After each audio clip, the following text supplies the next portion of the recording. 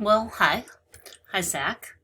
My name is Nell Ruby, and what do I do for a living? I am a professor and an artist, and I work for Agnes Scott College.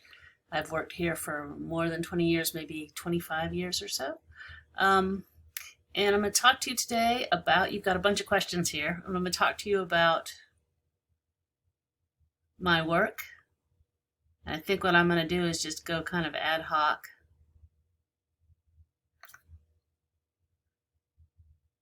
and tell you a little bit about my work. So what I'm juxtaposing here is a slideshow of a lecture that I gave to my colleagues last year after I finished a sabbatical where I went out west and took pictures and made art of my around my journey and thinking about what I'm interested in.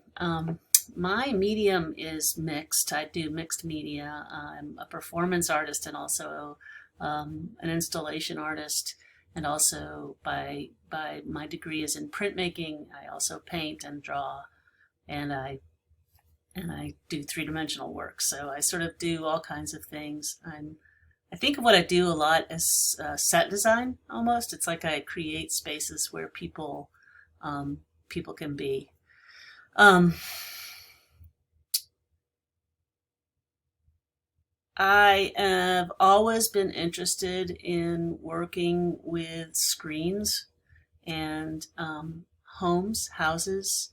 So my concepts are around inside and outside, or private and public spaces, and internal and external. And I always work with windows and doorways and screens as places where you see through into another spot.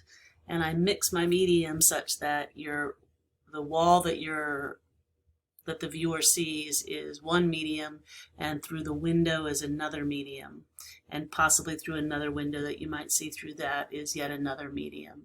I use light projection and film, and again also performance. I'm going to show you a few websites that I have that will help you see my work more clearly, and I'm going to give you links to this lecture that I'm showing you right here, which these are just images of what I was interested in. I'm going to stop this guy, and I'm going to go over to my website, which I think if I can do this, is nellruby.com. And this was done a long time ago, but I think it's really instructive, so I'll go ahead and take you through that. If you click on scholarship, you can see my, let's see if I can make this smaller. I know I can. You can see my thought process, so it's been really important for me as an academic to write about what I do as well as to make. These are the sorts of images that you'll get when I do this sort of layering of thing within thing within thing, the common things that you would know, like you know, you know your cereal boxes, and you know the size of your houses, and you know the wheat field, but I try to create them in a way that makes you see them anew.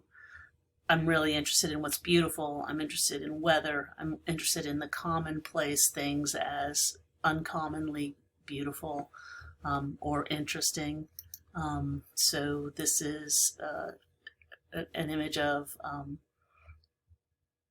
an installation that I did. So the walls are made out of tarpaulins, and then you cut through and you go to another view of a screen that is a TV screen, and in the TV screen there you'll see images of the wheat blowing in the wind, which is something that I just think is really, really beautiful. It's low resolution here, but it's very high resolution in the installation itself.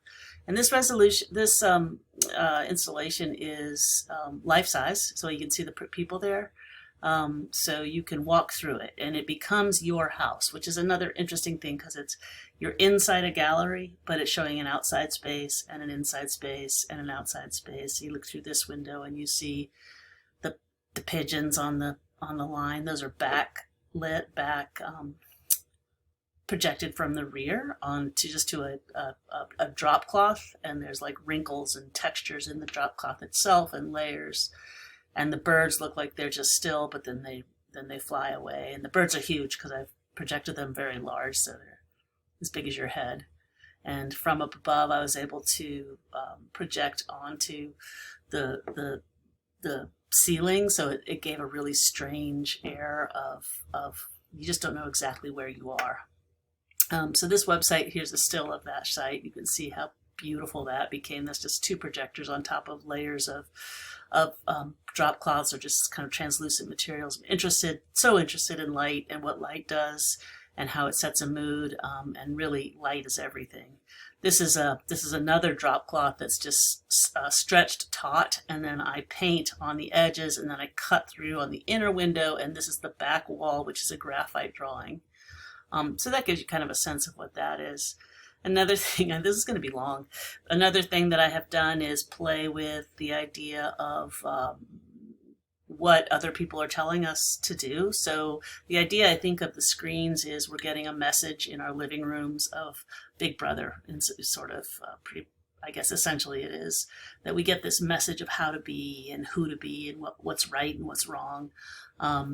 And this is a piece that I did about that. This is a performative piece, and what happens, it's I don't know if I show the back of this or not, but it's 3 faces of this are these things, packaging. Exterior packaging, very brightly colored, meant for you to look at. This is in a gallery, and you walk into the back side, which is just open, and there you find 3 different scripts, 3 different, written out scripts, and a megaphone with a voice changing megaphone, like one of those toy purple things that you would have as a kid, and you can change the voice quality on it, and instructions for you to take the script and go up to a person and speak the script to them. And the scripts are all transcriptions of afternoon TV commercials. So that's all about aging cream and how you're ugly and you need to have this cream and you'll be better, or you're too fat, so you need to eat right, otherwise all the things that if you actually transcribe the commercials, you see that what you're being told is everything about you is inadequate, and once you buy the product, capitalism, once you buy the product, you'll be better. So I'll play this for you. See if I can get the sound. Oh, that wasn't what I wanted to do at all.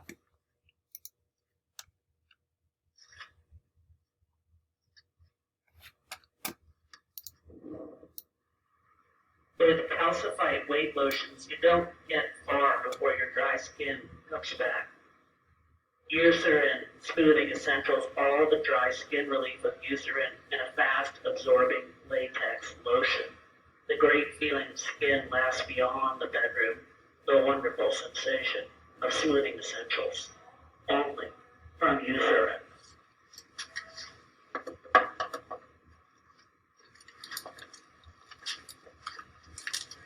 So here you'll see the back. Oh, no you don't.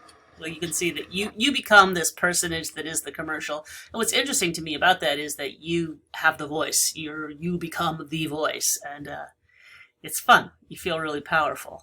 This is another thing in that same series. Here's the back of that. Here's the scripts. Here's the instructions. Here's a person enacting it. And there's little eye holes so that you can find yourself around. But just like the Wizard of Oz, it looks like a screen, but it's just a screen. You can see the person. Everything is displayed. In this one, it's very similar. I have all of this cast of characters reading various transcriptions, and then I conduct them.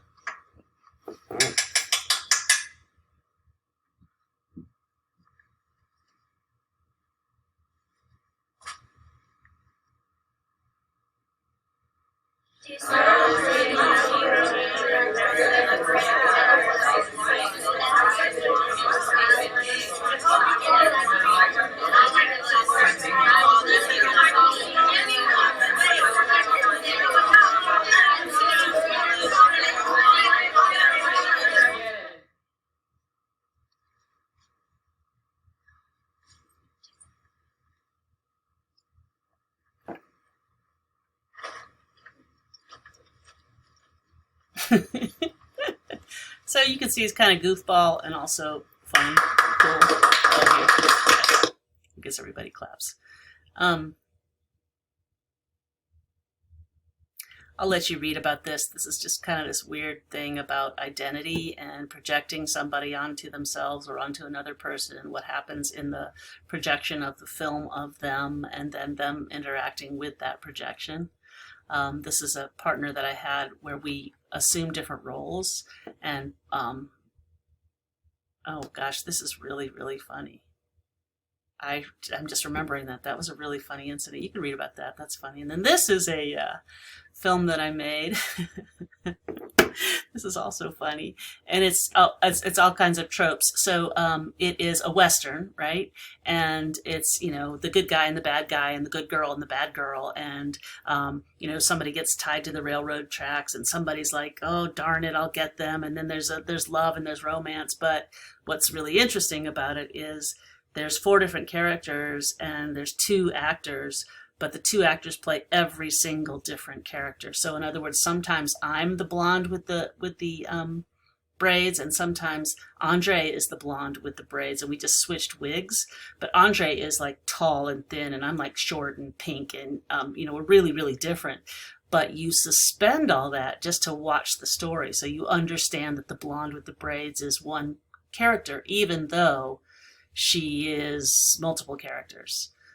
So it's just this play on who's who and who does what and what do you think and who has the power. The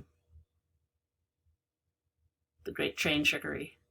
And this is, I think, something super interesting too. This is us reading our artist statement about the work that we were doing together, which was all about identity. And the funny part about this was they sat in a different office, and I was sitting in my office, and we were writing to each other about our work and what it meant to us. This was a pretty profound partnership. And Andre is much younger than me. Andre could be my child, just a much younger person than me. But we had a simpatico, and we really liked to play art together. So we wrote this, and then we ended up saying, well, our artist statement should be this, but we switched whose was who. So I wrote out something to him. I wrote out, I like to pretend, but I don't like pretense. When I pretend, I make up rules for myself. When I'm pretentious, I'm sticking rules on myself as if you're making rules up for me. But I never ask you what they are. There's no consensus. I just put them on you like gaudy earrings. There's no exchange and no real relating. And then he replies to me. But when we read it out loud, we read it each other's. So this is what I wrote, but Andre read that. And as we were preparing how we were going to deliver this message, because it had to be a recording, because everything we had done had been in these videos, we were trying to think of what we should wear and what we should, what should be the environment. And we decided to project our films onto us. And we both just looked at each other and said, well, we have to be naked, because of course we do. We couldn't be anything here. It was about being naked. So it's this really interesting, vulnerable exchange where we both write about what we're thinking very, very tenderly, and then show it. This is the sort of thing that I'm working on right now, and houses have always been something that I come back to. And again, the windows, the screens, the houses, the expectations and subverting expectations. Right now, exactly right now, I'm working on glass houses and putting videos inside of them so that you look inside. They're small. So I've gotten very, very small in scale, and I'm going to use things that are about the size of an iPhone as a TV that's inside of a picture window, so that you'll walk into the room and you just see these glowing booths, like this is glowing. And they'll be flickering because it'll be a video inside. And the videos are things like this. My mom would take me to the bus station, and they would introduce me to the driver, and I would get on and I would sit there, and ride over to Birmingham, it took